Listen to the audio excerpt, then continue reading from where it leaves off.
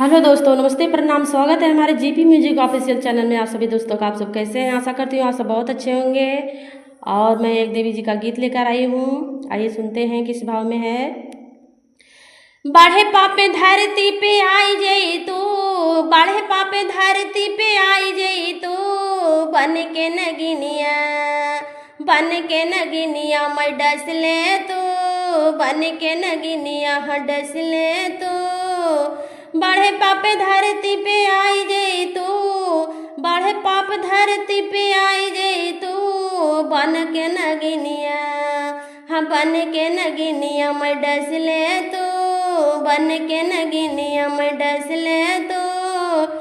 मैं ससुर के माई मार गिरलू हो, मार गिरलू हो, मैं ससुर के माई मरतर हो, बिकरल रूपे धरतर हो, धरतर हो।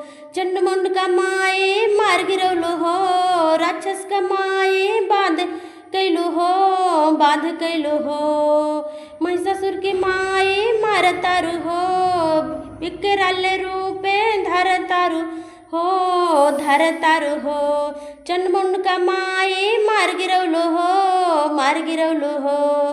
पापे के अंते कई दे तू, पापे के अंते कई दे तू, बन के नगिनिया, हाँ बन के नगिनिया मैं डस ले तू, बन के नगिनिया मैं डस ले तू।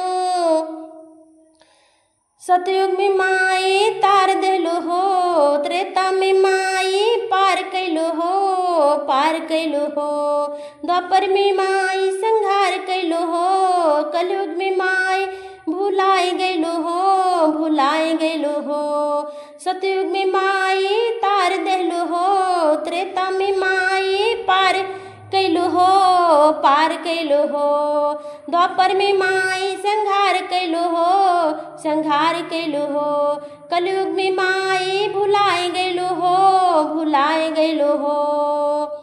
कलयुग में लाजिया बचाए ले तू, कलयुग में लाजिया बचाए ले तू, बन के नगिनिया, हाँ बन के नगिनिया मैं डस ले तू, बन के नगिनिया मैं डस ले तू, बन के नगिनिया। बाढ़े पापे धरती पे आई जई तू, बाढ़े पापे धरती पे आई जई तू, बन के नगिनिया, बन के नगिनिया मैं डस ले तू, बन के नगिनिया मैं डस ले तू।